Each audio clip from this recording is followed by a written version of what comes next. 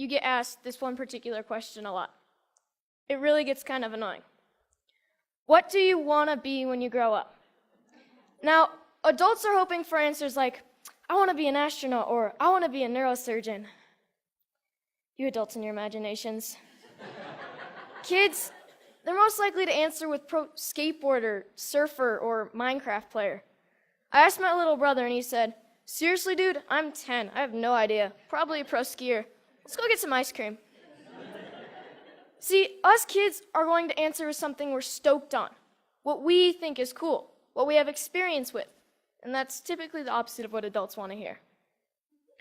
But if you ask a little kid, sometimes you'll get the best answer. Something so simple, so obvious, and really profound. When I grow up, I want to be happy. For me, when I grow up, I want to continue to be happy, like I am now.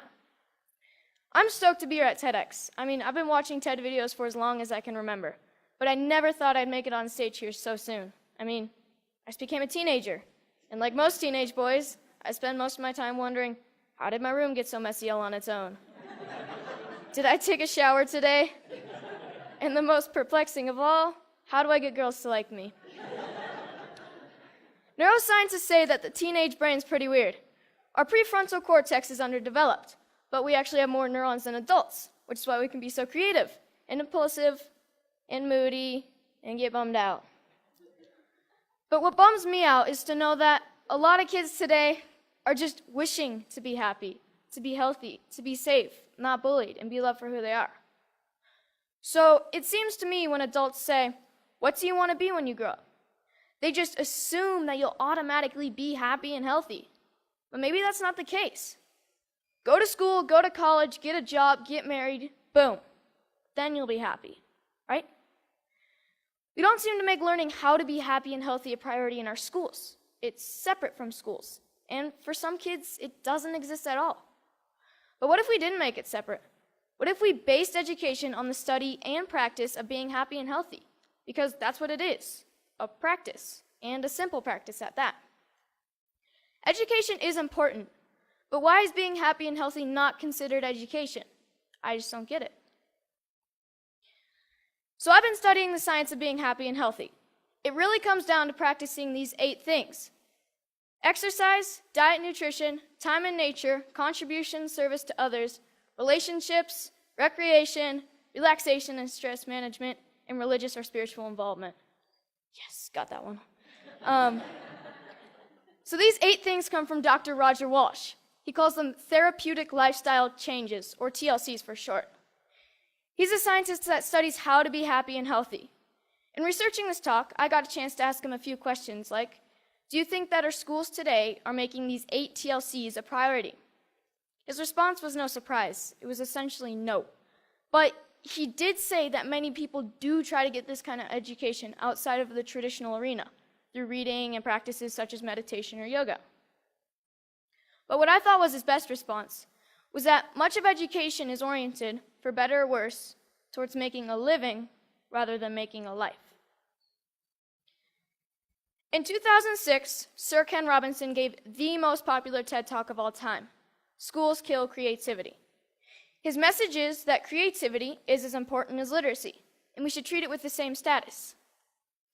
A lot of parents watch those videos. Some of those parents, like mine, counted it as one of the reasons they felt confident to pull their kids from traditional school, to try something different. I realize I'm part of this small but growing revolution of kids who are going about their education differently. And you know what? It freaks a lot of people out. Even though I was only 9 when my parents pulled me out of the school system, I can still remember my mom being in tears when some of her friends told her she was crazy and it was a stupid idea. Looking back, I'm thankful she didn't cave to peer pressure, and I think she is too. So out of the 200 million people that have watched Sir Ken Robinson's talk, why aren't there more kids like me out there?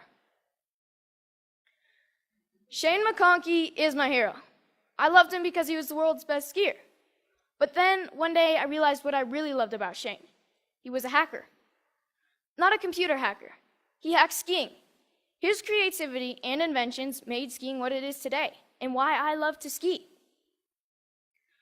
A lot of people think of hackers as geeky computer nerds who live in their parents' basement and spread computer viruses.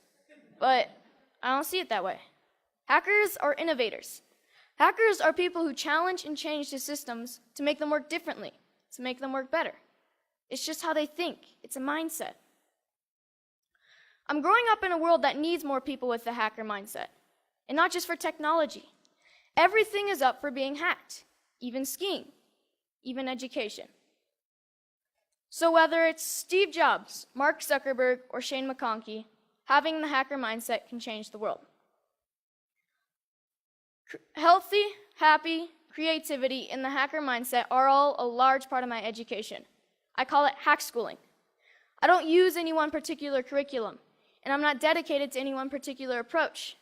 I hack my education. I take advantage of opportunities in my community and through a network of my friends and family. I take advantage of opportunities to experience what I'm learning, and I'm not afraid to look for shortcuts or hacks to get a better, faster result. It's like a remix or a mashup of learning. It's flexible, opportunistic, and it never loses sight of making happy, healthy, and creativity a priority. And here's the cool part, because it's a mindset, not a system. Hackschooling can be used by anyone, even traditional schools. So what does my school look like? Well, it looks like Starbucks a lot of the time.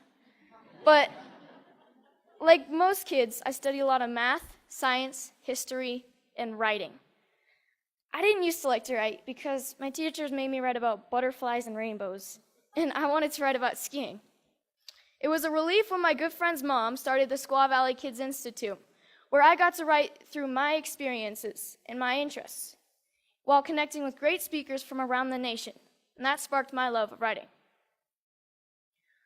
I realized that once you're motivated to learn something, you can get a lot done in a short amount of time, and on your own. Starbucks is pretty great for that. Hacking physics was fun. We learned all about Newton and Galileo, and we experienced some basic physics concepts like kinetic energy through experimenting and making mistakes. My favorite was the giant Newton's cradle that we made out of bowling balls, I think. No, bocce balls. We experimented with a lot of other things like bowling balls and even giant jawbreakers. Project Discovery's ropes course is awesome and slightly stressful. When you're 60 feet off the ground, you have to learn how to handle your fears, communicate clearly, and most importantly, trust each other. Community organizations play a big part in my education. At High Fives Foundation's Basics program, being aware and safe in critical situations, we spent a day with the Squaw Valley Ski Patrol to learn more about mountain safety. Then the next day, we switched to science of snow, weather, and avalanches. But most importantly, we learned that making bad decisions puts you and your friends at risk. Young Chautauqua brings history to life. You study a famous character in history until you can stand on stage and perform as that character and answer any question about their lifetime. In this photo, you see Al Capone and Bob Marley getting grilled with questions at the historical Piper's Opera House in Virginia City, the same stage where Harry Houdini got his start. Time in nature is really important to me. It's calm, quiet, and I get to just log out of reality. I spend 1 day a week outside all day. At my Foxwalker classes, our goal is to be able to survive in the wilderness with just a knife. We learn to listen to nature. We learn to sense our surroundings. And I've gained a spiritual connection to nature that I never knew existed.